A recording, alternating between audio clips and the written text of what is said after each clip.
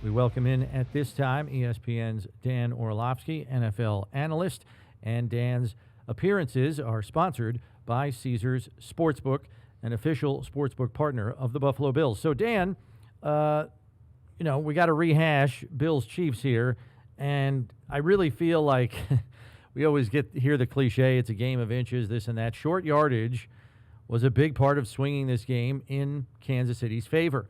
And even though you have Bills players who during the game were trying to get the officials to back Chris Jones out of the neutral zone, claiming he was lining up there consistently, you don't often see that called when the refs know a short yardage play is coming.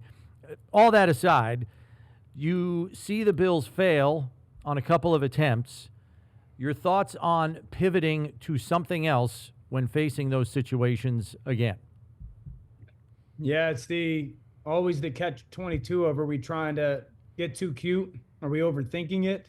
Versus we believe in the play, we believe in the player. It has worked more often than not. And in these situations, don't get away from who we are. And, when you lose a game, you're always going to do the Monday morning quarterback, revisit what could have done or been different, what we could have done differently. I had not heard about the Bills players having conversations with the officials about Chris, and something that I'll go back and peek at, because I did not see that. There are moments, Chris, I do think, where you do tip your hat to the other team in a couple moments as well. They get paid and they did make some plays. And I think that has to be a part of that story as well. So you're definitely, how many different plays do you have in that situation that, they got into a couple of them and used them. So it's always, when you lose, you're always looking back and saying, could we have done something different in that play to kind of have it have worked out more in our favor? Yeah, and we talk about the game and chew it up, and now you have the entire offseason to think about it. And when you go into a game like that, and you get to a game, AFC Championship, Conference Championship game, and for me, even a Super Bowl, you go in and you think, wow, yeah. There's always the reaction to the fan. There's always the fans that say, fire everybody, clean house, change this, do that, get rid of this player. The reaction there is, it's sometimes over the top. But now you're getting to the point now where it's 4 straight years you're getting beat by those guys. Yeah. Now the Bills, I think, are the one team where everybody kind of thinks, yeah, they got the best shot at it. That's the team who can beat Kansas City. They've proven it in the regular season, and they've had these games that are just razor thin time and time again in the playoffs, but the Bills are always on the short end. What's your general assessment of how much are you like abandoning ship or just turning the steering wheel 2 degrees? You know what I mean? There's a difference, right? There's just a little adjustment, and then there's switching out the motor. Or what do you do? Yeah. So I think, one, a lot of the talk, and I've heard a little bit of it, but not a high amount of it, the whole start over, fire people, I respectfully think that's outrageous. I think that Sean McDermott had a fantastic season. I obviously believe both coordinators had really good seasons. Joe Brady probably a little bit greater because the offense was so good.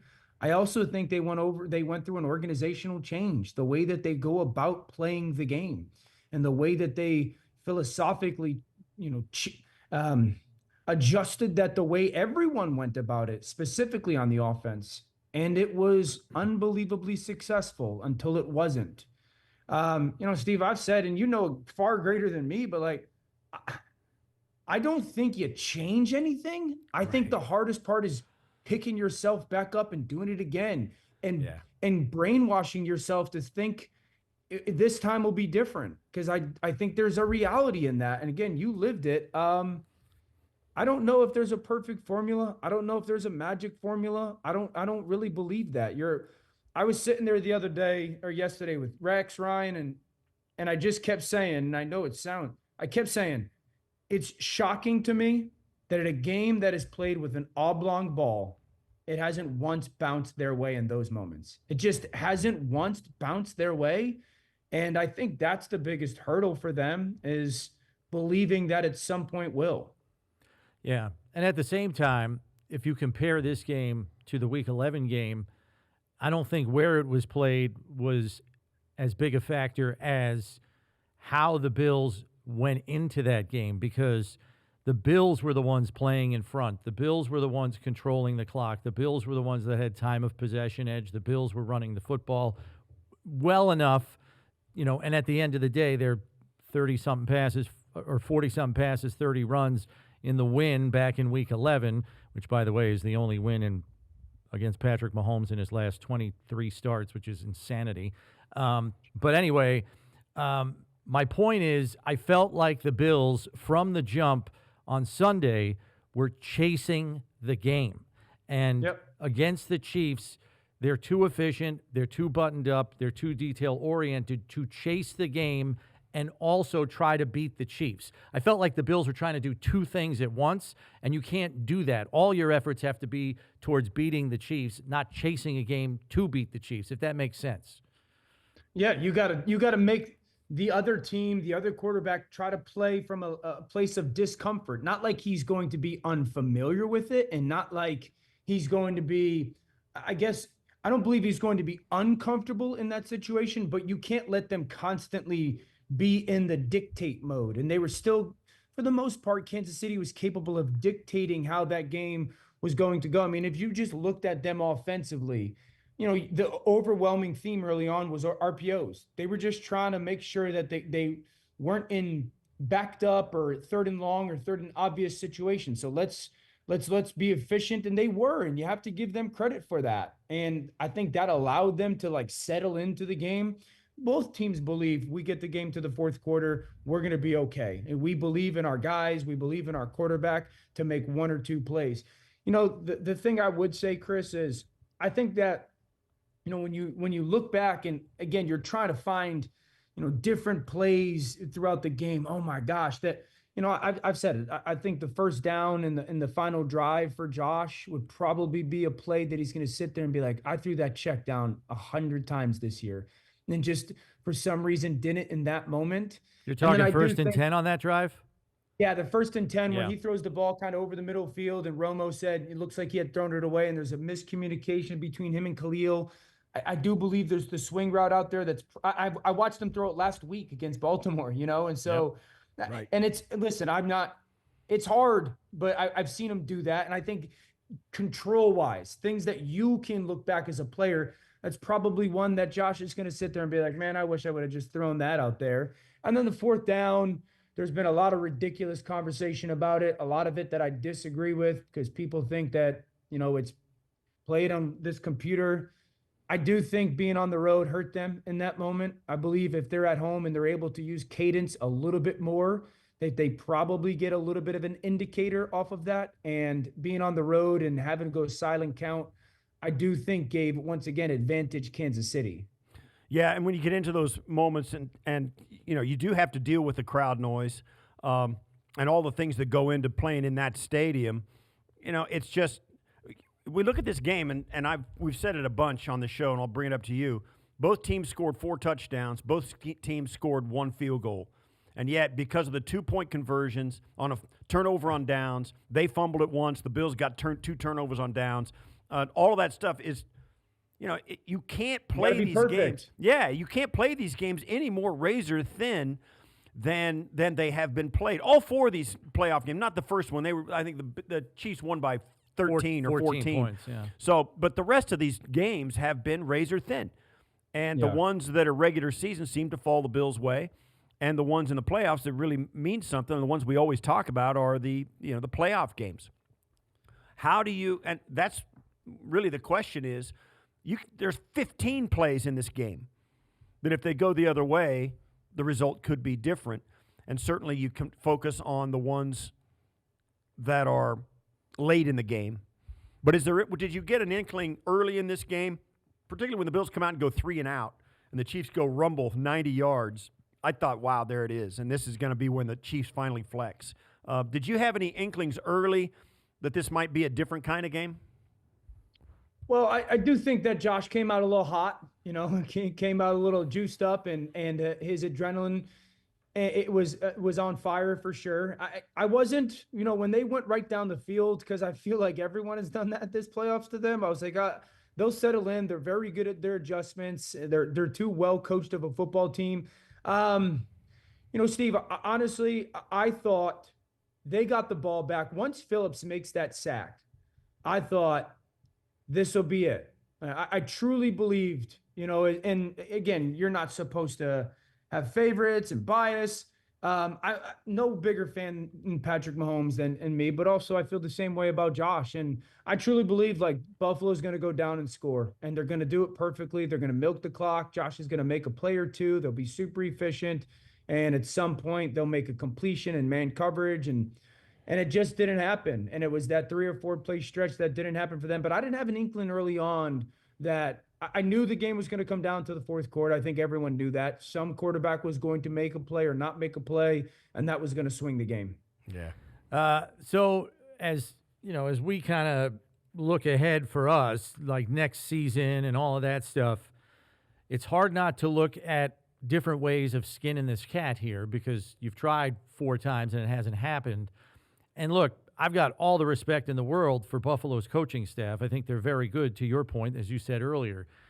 They're also going against a one-of-one coaching staff. Andy Reid, Steve Spagnuolo, Dave Taub, even on special teams. I mean, elite of the elite. So you try to say to yourself, well, what's another way to try to overcome that when you're going against arguably the best staff in football? And it's hard not to look at what Philadelphia has done to completely stack their roster with elite talent. And yes, that's something that you've got to do year over year. It's not something you can do necessarily in one off season, but I think the Bills roster is good enough where if you can just add 1 or 2 elite talent players, maybe just one on either side of the ball, that might be enough to eliminate that razor-thin margin where you're just that much behind them. What do you think about that, going the talent route to try to finally get over this hump? Yeah, so I think there's 3 things that you could probably realistically say. I do agree that there's one piece of elite perimeter talent on the outside. And maybe when I say elite perimeter talent, it doesn't mean that it's the number 1 receiver, but another really person that can consistently impact the game. What's the plan with Amari and Keon's growth and all that? But if you can get another perimeter guy to truly impact the game in the skill group, I do think that's you want to consistently push the envelope on that. And I do think it's fair to say that defensively, the high-end talent on the back end did show itself.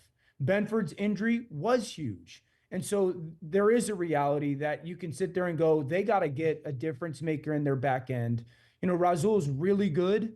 I think the safeties were encouraging, but you got to get a difference maker back there in the back end. I really believe that. You got to go get a Justin Reed or a Trent McDuffie or a Kyle Hamilton, somebody like that in your back on your back 7. And I do think one of the things that I was surprised about as the game went on, and really at the end of the game, like schematically in those moments late versus that quarterback and that coaching staff, you gotta empty your bag of tricks. And Buffalo really didn't. I remember years ago when they played Kansas City, and I think it was down there, where they would throw some really unique coverages at Patrick, and one side of the field would play zone, and one side of the field would play man. I'd be like, oh my gosh, how do you pay attention to that? Late in this game, I guess the one gripe that I would have with that stuff is they just lined up and played man. It's 3rd and 9, and they're just playing press man, single high safety, no disguise, no double, no nothing. That's too easy for that quarterback and that coaching staff. And I think the reason why is because of the things that you mentioned. Benford's out of the game. What Elam does best is man coverage, and then no Rap in the game. You've got a rookie with 4 starts under his belt playing in the AFC title game, and I think we can all agree that Damar Hamlin is a little bit on the short end when it comes to pure speed. So all of those deficiencies, I kind of felt like they spent most of that game trying to cover that up, which is why so much was open in the short to intermediate area for the Chiefs passing game. Yeah, absolutely. And this is, when easy for me to say, hard to do, but also so is trying to beat that guy and that team, and so when you look at, again, there's different philosophies and schemes, but Spags rolled out like 3 or 4 different versions of double teams on third down. Obviously, the fourth down corner blitz with the backside backer to end the game. That stuff, when you surprise I do think it's worth, hey, we got to have this stuff in our bag if we're going to see that quarterback, or probably a Joe Burrow, Lamar Jackson.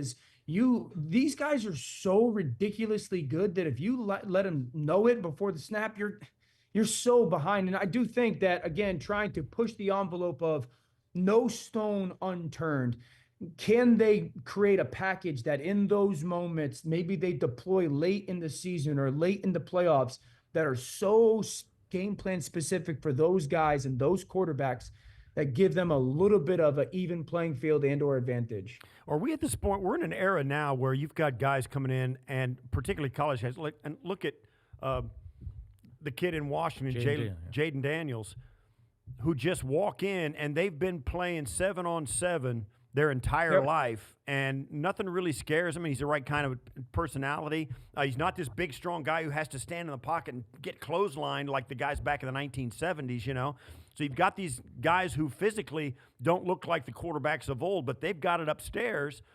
And now the response to this kind of 7-on-7 league is a team like Baltimore who says, listen, if you're going to have 230-pound linebackers, we're going to have a 250-pound running back. Is that the trend we're kind of sitting in the middle of? Certainly personnel dictates it for most of these teams, but for Baltimore and maybe some other teams, it's a philosophical choice they made. And certainly Buffalo, as you mentioned, they went that way this year and ran the ball a ton because they had a good offensive line. Is that the trend we're seeing now, where you're going to have to make that choice? And if you've got that guy, you can play 7-on-7, and if you don't, get big and get physical. Oh, I think the trend is both. Right. The trend is a little bit in the era almost that you played in, Steve. Right. That it was like you pounded the football a lot, but it's also the morph. So it's the morphing of that with a little bit of the spread, passing game that you're seeing and a lot of teams deploy. If you don't have both, it's unrealistic to think that you're a legit Super Bowl contender. You could be a good football team. 14 teams make the playoffs this year. 11 of those are the top 11 out of the 4 teams in the playoffs were top 14 running football teams in the league. Part of that is quarterback run as well. But, I do think, over the past 2 or 3 years, that has become a trend, is you got to be able to run the football, as in comparison to 6 years ago, you could throw it and win it. Right. Last one, just your early thoughts on Super Bowl 59 and who that if there's a team that has the talent to beat the Chiefs, it's certainly the Eagles, but just your thoughts on it. Yeah. Well, it's idiotic to doubt Mahomes. Yeah. I think that's been proven. But it's not my job to just pick because of, and so I've got to try to analyze. And I do think Buffalo had success running the football in certain runs, and I think Philadelphia can do that. I think Philadelphia can spread them out a little bit offensively and allow some one-on-one completions to be had, because if you can get them into that world, there is opportunity for you. Their offensive line can protect it good enough. Jalen Hurts has been a lot better versus the blitz this year in comparison to last year. And then I think Philadelphia defensively, it is going to be, I said this going into the game last week. They are the number 1 defense in the NFL when it comes to effort and running to the football and punching at it. And that was huge last week. It'll be huge again this week. They're going to make the most efficient offense in football, who was Kansas City, efficiently drive the football down the field and be great in those situational moments. And if Kansas City can, they're obviously more than capable of winning it. And if they can't, that's when Philadelphia has the advantage. Good stuff, Dan. Thanks for joining us all season. Appreciate you, man. You guys are the best, man. I've had a lot of fun with it. And cheer up. Hopefully brighter days. Baby Thanks, steps, man. bro. Thanks. All right.